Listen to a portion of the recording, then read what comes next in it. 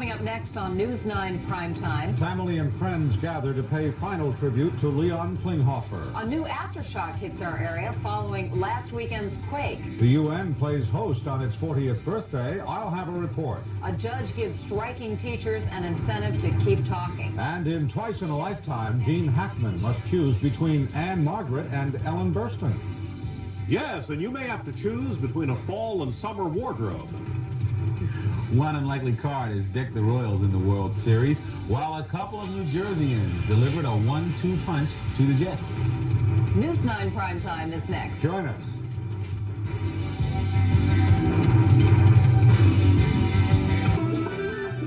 Big doings today at the UN birthday celebrations, and Israel making nice with the Soviets. The Lindbergh Baby kidnapping and murder case may be reopened after all these years. Working women who are planning ahead. And Jimmy Myers explains how the Jersey connection helped the Patriots whip the Jets. All that coming up next on News 9 Primetime. The long voyage home for Leon Klinghoffer is finally over. Now, from WOR-TV, Tom Dunn, Sara Kessler, weather with Lloyd, Lindsay, Young, and Jimmy Myers on sports. This is News 9, Prime Time. Good evening. It was a private ceremony for a man who unwittingly became a public figure.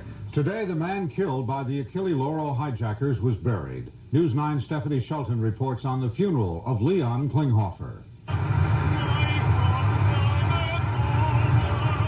With tears and flowers and loving, tender memories, 69-year-old Leon Klinghoffer was buried today in a Kenilworth cemetery. An unjustified death, Rabbi Harvey Tattlebaum said he could not conceive was God's will.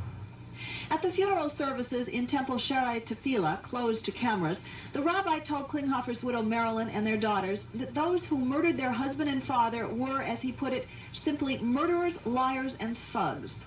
In their eulogies, the rabbi, a close family friend, and most of all, daughters Ilsa and Lisa, painted a portrait of a man who loved work and loved his family, and of a family who loved him, a close-knit Jewish family to whom the father was all. As Ilsa and Lisa said, "To many, Daddy, you are now a hero. To us, you were always one." It was a beautiful, beautiful ceremony. It was the family's ritual as it should be. And I was pleased that they invited us to participate. Leon Klinghoffer was a beloved relative and friend to many among the mourners, including the Meskins and Mildred Hodis, also hostages on the Achille Lauro. We must make terrorists pay so that they will be deterred. The attendance of many politicians and dignitaries did not change the essentially private nature of the ceremonies. There were many memories of a gentle, humble man from the Lower East Side who made good. A man still vital despite 2 crippling strokes. A man, recalled one family friend, who had wanted nothing more than to be strong enough to escort his daughter Ilsa down the aisle on her wedding day. But instead, she said, he became a national symbol. The death of this one man, she told the mourners, may have been a catalyst to change U.S. and perhaps world policies toward terrorism. Stephanie Shelton, News 9, Kenilworth. Several congressmen from our area say they'll recommend Leon Klinghoffer for the Gold Medal of Achievement. That's the highest congressional medal given to civilians. For many tri-state residents today, it was another case of shake, rattle, and rock. An aftershock following Saturday's earthquake rumbled through our area this morning. The upper graph shows Saturday's quake. That one registered a bed-rattling 4 on the Richter scale. Although there is some discrepancy on the readings on today's quake, the National Earthquake Center in Colorado told News 9 it registered 3.3 on the Richter. Saturday's was quite a bit longer and stronger, and it did wake up the children, whereas today's, we felt it because we were awake, but I don't think it would have woken us. I think we should just carefully observe what's going on. If we have a buildup of activity, we certainly will make the public aware of it. Right now, we do not have any indications that such a situation will build up. Both tremors were centered in Ardsley, that's in Westchester County. But today's was felt only as far as northern New Jersey and southern Connecticut. No injuries or any major damage has been reported. An impressive array of world leaders kicked off the UN's 40th anniversary week today, but the international heavyweights from more than a dozen countries came with more than celebrating on their minds. There were presidents, prime ministers, even a king at the UN today, and first ladies, too. Nancy Reagan joined a group of them to talk about drug abuse. Nicaraguan leader Daniel Ortega led off the 40th birthday celebration with some unfriendly words before the General Assembly. The President of the United States publicly declared that his goal was to overthrow the government of Nicaragua. And the speech-making didn't end with Ortega. More than 20 heads of state addressed the General Assembly today.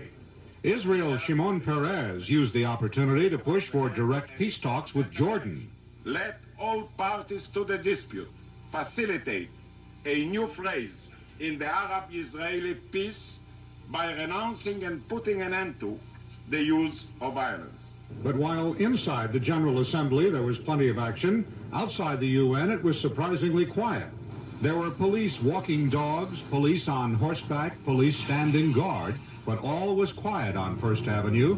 Police had been warned to watch out. We have suspicious packages, suspicious people. I know they're taking pictures, that sort of thing. Is it quieter than you expected? Oh, much quieter, yeah. Visitors got an unpleasant surprise. Because of the high-level diplomats this week, the doors are locked. We had no idea it would be closed until Saturday. We heard on the radio that there'll be a lot of people coming here, like Daniel Ortega from Nicaragua, Shimon Peres from Israel, and also there might be some other dignitaries. Well, we've been here about a half an hour. We haven't seen anybody yet. Well, police are warning motorists to stay away from the area around the UN, but today there were no unusual traffic snarls. That could change on Thursday. That's the day President Reagan speaks before the General Assembly. Well, the United States gives the UN about $210 million a year, nearly one-fourth of the UN's budget. Our Opinion 9 question tonight is, do you think the U.S. should continue to provide monetary support to the UN in its current format? If you think yes, it should, call 1-900-210-1900. If you think no, call 1-900-210-1909. There's a 50-cent charge for each phone call, and we will have preliminary results a little bit later on in the broadcast. An effort to mend U.S. relations with Egypt tops our news from around the world tonight. President Reagan has sent a personal message to Egypt saying he hopes both countries can put recent differences behind them. That message was delivered by U.S. envoy John Whitehead in a meeting with the Egyptian President Hosni Mubarak. The U.S. and Egypt have been at odds since the U.S. intercepted an Egyptian plane carrying the hijackers of the Achille Laurel. That hijacking also caused the collapse of the government of Italian Prime Minister Bettino Craxi. It released the man accused of plotting the hijacking, Mohammed Abu Abbas, and now Craxi has been named Prime Minister designate and will try to put together a new coalition government. It's believed a blown tire may have caused a bus crash in Italy today, which killed 6 people and injured 41 others. The bus carrying Italian vacationers crashed in Pesaro, about 95 miles north of Rome. Another bus crash, this one in England, is being called that country's worst ever. 15 people killed, more than 35 injured in a chain reaction collision near Preston, 200 miles northwest of London. And Chrysler workers may be heading back to work tonight in Canada. Workers overwhelmingly approved a new contract which gives them parity with Canadian employees of Ford and GM. That settlement puts pressure on negotiators in the U.S. In that Chrysler strike, the Canadians cannot build cars without parts from American factories. San Francisco police say former city supervisor Dan White apparently committed suicide in his home today. White was convicted of murdering Mayor George Moscone and Supervisor Harvey Milk back in 1978. After serving 6 years in prison, White has lived in relative obscurity over the last year and a half in the San Fernando Valley in Southern California. Police say they have no leads tonight on the whereabouts of a 2-month-old boy who vanished from Columbia Presbyterian Medical Center in Manhattan yesterday. Christopher Morgan was being treated for feeding problems. Police are asking anyone with information to call area code 212-477-7473. That's in New York, area code 212-477-7473. A strange new twist tonight to the 1932 Lindbergh kidnap murder case. Anna Hauptman, widow of the man executed for the crime, says she hopes that newly found documents will finally clear her husband's name. New Jersey police say that among the documents are fingerprints of the victim. Discovery of the long-missing prince is fueling speculation that the dead baby may not have been Lindbergh's son. So far, state police are still trying to determine if the prints are those of the Lindbergh baby. Coming up next, a judge makes striking Patterson teachers an offer they may find difficult to refuse. And Judith reviews Twice in a Lifetime. Gene Hackman has to choose between Ellen Burstyn and Anne Margaret. News 9 is brought to you by NatWest USA, the people and the resources you need today. A bargaining session to end the 6-day-old Patterson teacher strike is underway tonight. The teachers union was in court today to tell Superior Court Judge Arthur Dwyer why its members have not obeyed a back-to-work order. And he issued union leaders a stern warning if contract talks break down. The officers named shall be incarcerated, subject to being available for negotiation purposes.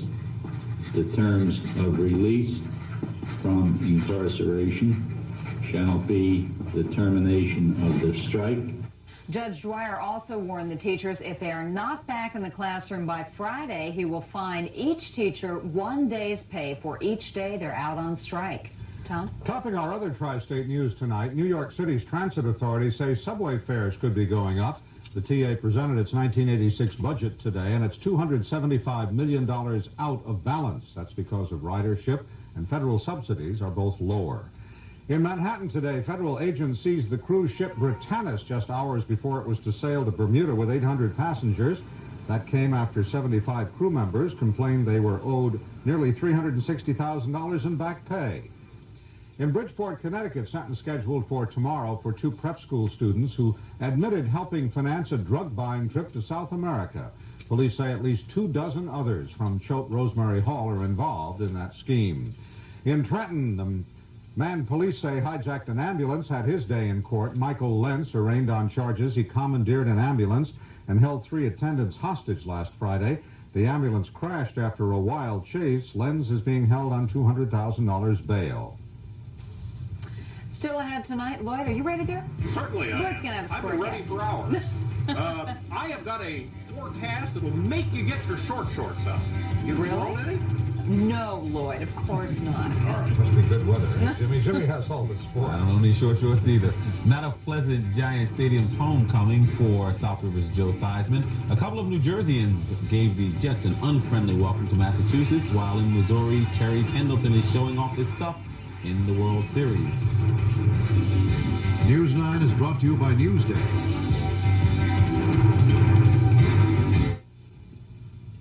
Young women, you may recall, used to carry mad money in case they wanted to split from an unpleasant date, and these days, married women still do. Working Women magazine conducted a survey and found that many modern women keep a secret stash of cash their husbands know nothing about. The survey says the women are afraid of winding up destitute in old age. It's called the bag lady syndrome. How about that? I have a little extra money in my kick that I don't tell Barbara about, let me tell you. Uh-oh, Barbara, do you hear that? That's right. I got to make quick trips to Atlantic City. She doesn't have to know all these things, Sarah. I mean, that's my ball game. You know what I mean? All right. Partly cloudy right now. You got to have a little reserve. You know what I mean? 54 degrees. Relative humidity 55%. Wind southeast at 9er.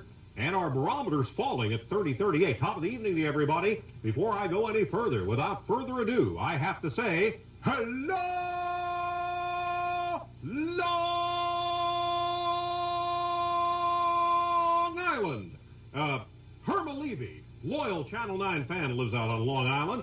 And belated happy birthday to Luke Petrini, who celebrated a birthday on Friday. All right, all the rain is well to the south of our area. And it won't stay there because our upper winds are out of the west-northwest, and although it'll creep up to some degree, we'll have some clouds around here tomorrow. I'm not predicting any rain. Boy, are they getting a big snowstorm out in the Sierra Nevada. Winter storm warnings for the Sierra up to 9 inches of snow at Lake Tahoe. High wind advisories, Arizona, California. Snow as far north as Oregon. Heavy rain along the coast. Cold spot in the country. 13 at Gunnison, Colorado. At a 91 at Fort Lauderdale today for the national high. Satellite photo bears it out. All of the clouds are well to the south of our area. Science! All right, radar activity definitely not in New Jersey now, and it's going to stay down off the Virginia coast, an area of light to moderate rain. I have painfully taken many, many hours to present you this forecast in the Chanel 9 Weather Lab. Took me 3 hours to figure out partly cloudy. 45 to 50 tonight. Hiya, Tom. Tomorrow, mostly cloudy. Normal temperatures. Highs in the middle 60s. Tomorrow night, partly cloudy. Lows near 50. Now, our 5-day outlook, it's more than a 4-day outlook. Look at those temperatures balloon up into the low 70s by the latter part of the week. Might be a brief shower on Friday, but I'm telling you, I've got my shorts out, and I'm ready So you're for going to Indian summer. you're going to take off those hush puppies and put on sandals? No, those are indefinite. Oh. Those are staying indefinite. They got to stay. See, they're very good shoes. Coming up next, Jimmy reports that Joe Theismann had a rude homecoming at Giant Stadium. You can say that. While 2 New Jerseyans make life unbearable for the Jets in Massachusetts.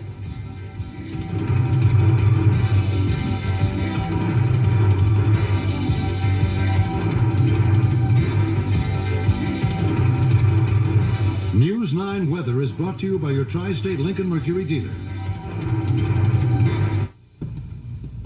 Long odds against Kansas City in this one now. Real long time.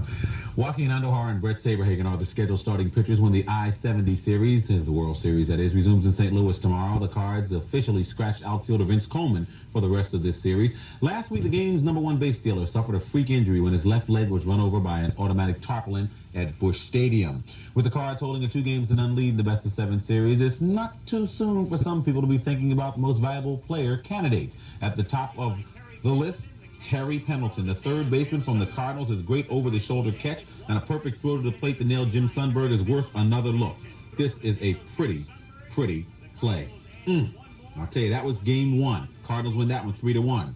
Last night it was Pendleton's bat that proved to be the deciding factor as he came with a game-winning 3-run double in the 9th inning as the Cards rallied to a 4-2 win.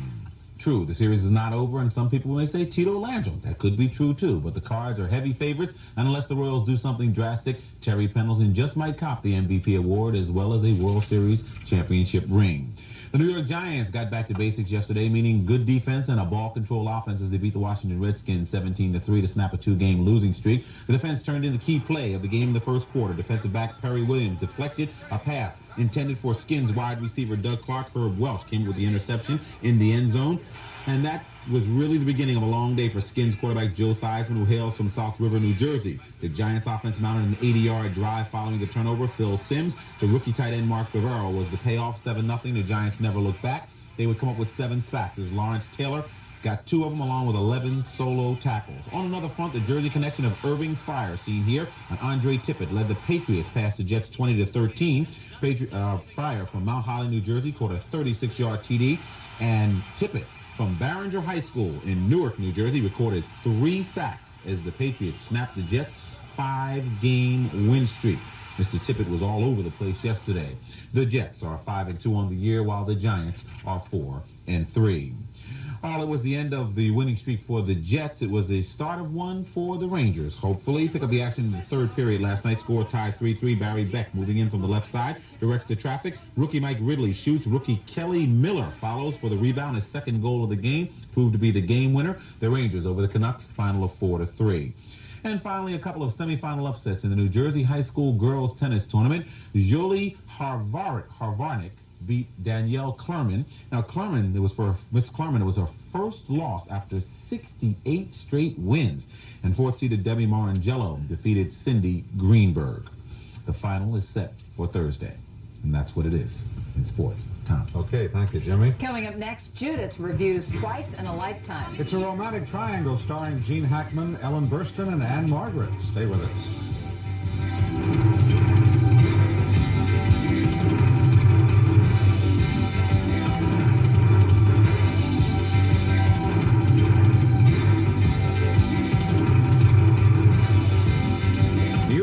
Brought to you by Trump's Castle Hotel and Casino on the Marina in Atlantic City, where you're the king of the castle. The French Connection's Gene Hackman makes a love connection in a new movie. Right, Judith? Ah, Sarah.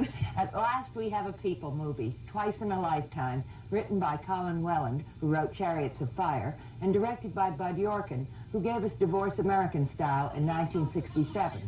This is Divorced Reality Style. Gene Hackman, a steel worker, celebrates his 50th birthday with his wife, Ellen Burston, and his family. After dinner, he goes to the local saloon to celebrate with his buddies, chief among them Brian Dennehy, and behind the bar is a new barmaid, Anne Margaret. The attraction is instant, and soon Harry is meeting her on the sly. Must put on 5 ties. Put it on, take it off. Put it on, take it off. That's all. Like a kid. That's the way I wanted to please. But in a small town, secrecy doesn't work. Hackman leaves home, and we explore the effect of the breakup on his wife and daughters, Amy Madigan and Ali Sheedy. If your father walked through that door right now, I don't know if I would take him back. Oh, you'd take him back, all right. I said I don't know if I would take him back. But whether I would or not is my business. Do you understand that? He's your father, he is my husband, and I will make that decision. There is life after divorce, and how it's lived by caring people makes for a deeply affecting story. There are no villains and no heroes, but there are remarkable performances, above all by Burston and Madigan, who will, I trust, be remembered at Oscar time. Twice in a Lifetime deals with life and the way we live it. Don't miss it. Sarah? Thanks, Judith. Looks good. Judith. Earlier in our broadcast, we asked for your opinion about U.S. support for the UN. Our Opinion 9 question, do you think the U.S. should continue to provide monetary support to the UN in its current format? And our preliminary results show most people said no. 403 said yes, 2180 said no, for a total of almost 2,600 responses. We'll have final results tomorrow on News 9 at noon. And at 8 tomorrow night, we will have a new twist on what's been called the crime of the century, the kidnapping of the Lindbergh Baby and the murder. News 9 will be there when new findings are released, and we'll tell you about new revelations in the investigation into the New Jersey Motor Vehicles Department and its controversial awarding of a photo driver's license contract. We'll have all that and more tomorrow night at 8. I'm Tom Dunn. And I'm Sara Lee Kessler. Good night.